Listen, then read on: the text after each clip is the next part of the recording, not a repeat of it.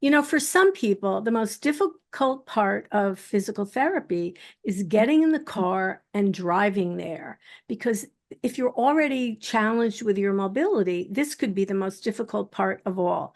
But there is a solution because there are physical therapists that come to you. So you want to know more about that? Just stay tuned.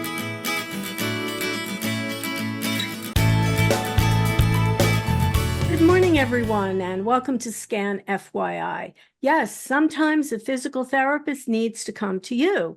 And my guest today, well, you can see he's already in his car. That's like his office because he's on the way. So good morning. My guest today is Kurtis Bianconi. Good morning. Good morning. How are you? I'm terrific, and thank you so much for for being with us today in your, I guess, in your traveling office. Makes sense. That's becomes a lot of things, and the traveling office is certainly one of them. Absolutely. So, Kurtis, why don't you introduce yourself and just explain a little bit about who you are, what you do, and what is your role at Stern at Home Therapy? Well, it was already mentioned, but my name is Curtis. I'm a physical therapist. I've been with Stern for about a year, a little over a year now. I've been practicing physical therapy for about 5 years now. My role is to go into patients' homes and help them improve their mobility, as well as some assisted livings in the area that I cover, which is mainly Rochester. So I perform evaluations in the home and in the facility, and my main goal with folks is to see where they're having trouble with their mobility in general, be it pain that's a limiting factor or balance. I look at the impairments that they have and then figure out how I can improve those impairments to improve their overall function.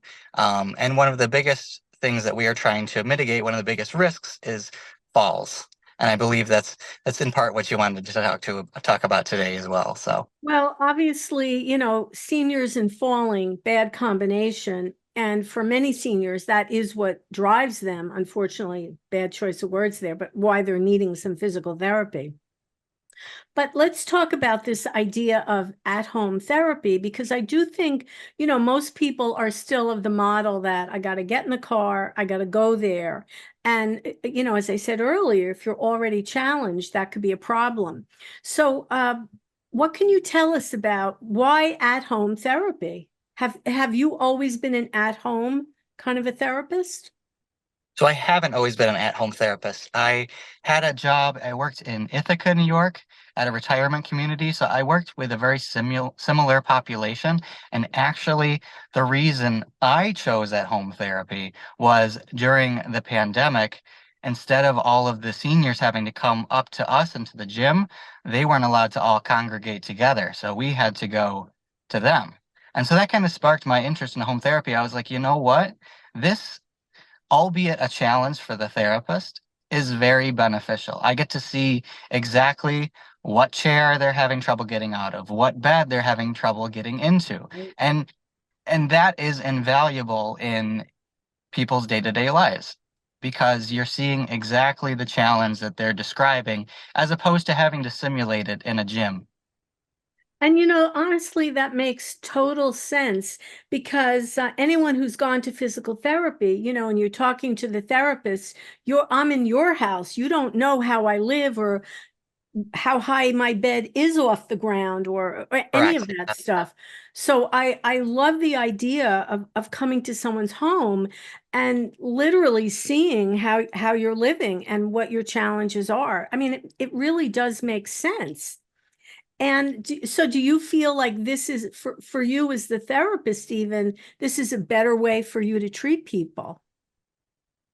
Um, I'd say it's person dependent. I would say that, if you're really able to get around and get to a therapy office, then that's great too. But for those folks that are really having trouble getting out and about in the community or just out of their house, having a therapist come in, I do feel is better because it allows you to not have to worry about, how am I going to make these appointments and how am I going to keep them consistently? Because Right. as we all know, consistency is key to make progress. So if you have that part of the equation solved, where I can come to you twice a week, then it's easy to make real progress without having to worry about how am I going to get there. Because obviously at SCAN, our population is, we're senior citizens.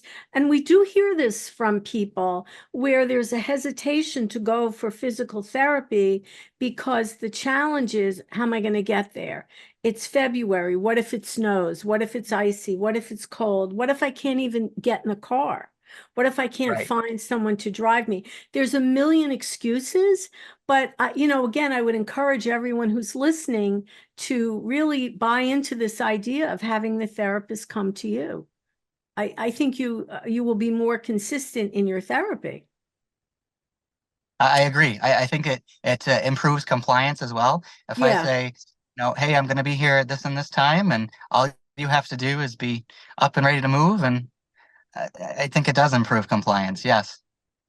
Now, what about, you go to a physical therapy location for any kind of therapy. You're in, in a gym-like situation. There's all kinds of exercise equipment. So, Curtis, if you're coming to someone's home, how do you manage that? It's a great question. So there are weights and therabands that I can have on hand to use some equipment type based exercises, but there's a lot of hands-on techniques that I do. There's a lot of body weight exercises that if I took you through an entire body weight exercise routine, you would be feeling it just as much as you would in the gym. There are lots of ways that you can um, manipulate positions to make exercises as challenging as they need to be. And sometimes the best work, if somebody's having trouble with their bed or their stairs, we work on the stairs. It's a very direct approach at times, and you don't necessarily need a lot of fancy equipment to accomplish that.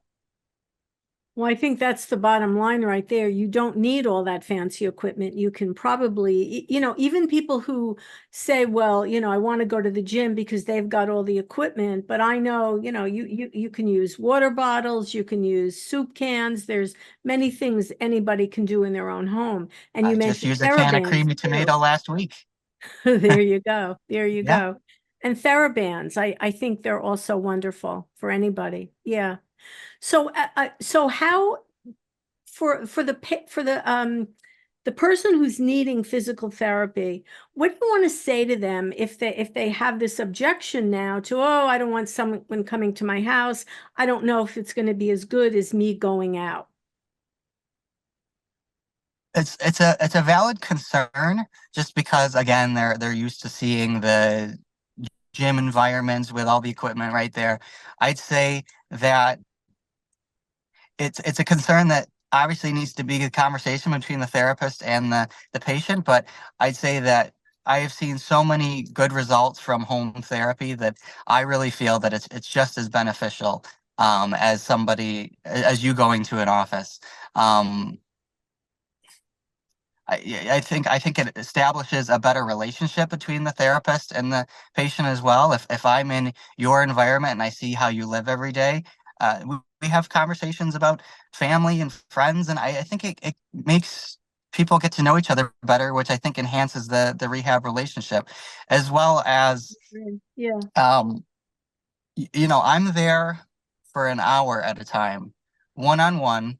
My attention is not divided to anybody else. It is focused on you. And that is one of our biggest selling points. And I find that when I'm kind of recapping how has gone and how people feel about it, that is one of their biggest praises to us is that you guys take the time. You guys are one on one. I feel like I am the center of attention, which is good.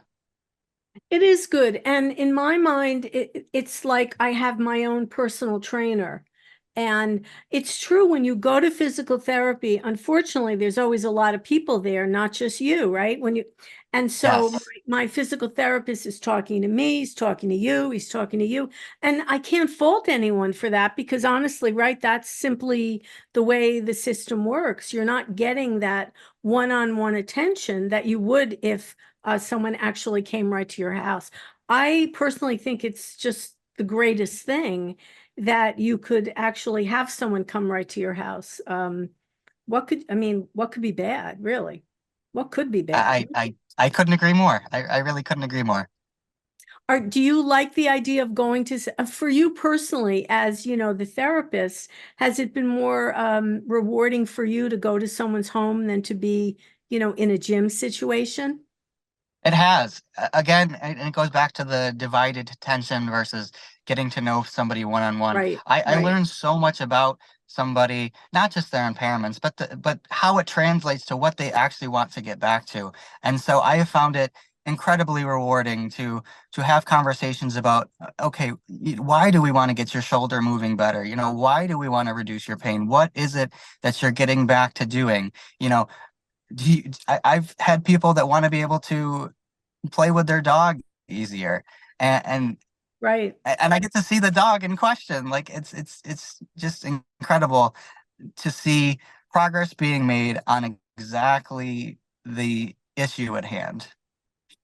So because you're someone, Curtis, you're actually going into people's homes. So let's see if we can give people a little bit advice because you're seeing people in their home.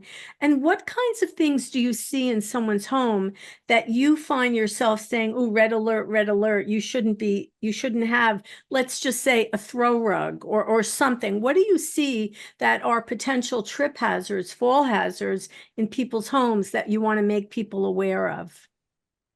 Mm, You must see even everything. the biggest one, even more than throw rugs, is clutter. Is not Oh, having a clutter. is not having an open pathway to get through. Having to step over things. All it takes is, and you and I have both tripped over things. If things are in the way, they're much more likely to impact your mobility and lead to a fall. Um, so clutter is probably the number one thing that I would suggest. It doesn't have to be perfect. Everybody's got different levels of what they're comfortable with, but the pathway that you're moving through needs to be clear. And that's kind of how throw rugs, cords, they come into the mix too. Like if it's impacting your pathway to get from your most traveled areas, your bathroom, your bedroom, your kitchen, then it needs to be addressed. Uh, Poor lighting can also be an issue, Or like, especially yeah, a lot yeah. of falls happen at nighttime. And a lot of people like to sleep when it's pitch dark. Having a nightlight in the hallway can be a difference of maintaining your balance or having a fall. So that's often sometimes a suggestion I make is, okay, maybe you want your bedroom dark, but maybe leave the door open a crack so you can at least orient yourself to where you are and have a nightlight on in the hallway.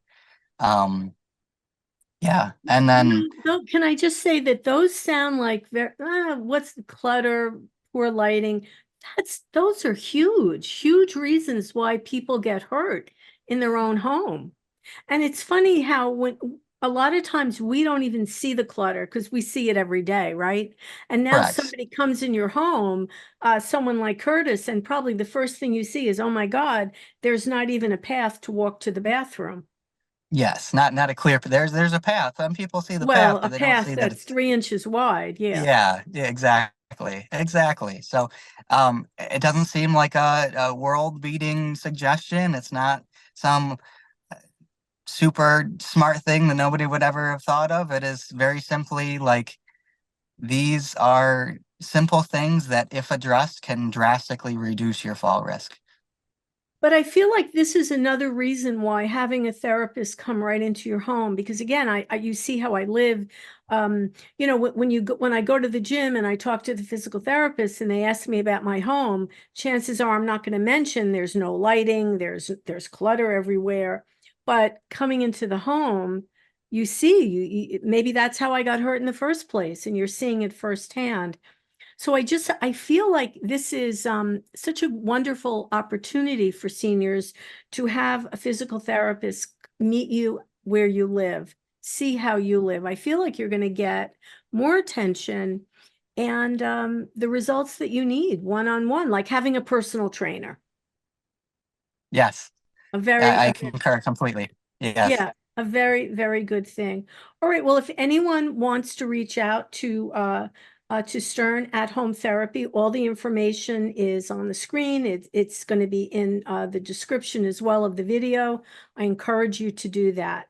So Kurtis Bianconi from Stern at Home Therapy, thank you for being my guest today. You're very welcome. And you know what? You have a great office, and I'm sure you're putting it to good use today as soon as we're done. I'm heading out right after this. Yes. All right, remember out there, if it's important to you, it's important to us. I'm Andrea Tarr. I'll see you next time on Scan FYI. Bye, everyone, and bye, Kurtis. Bye-bye.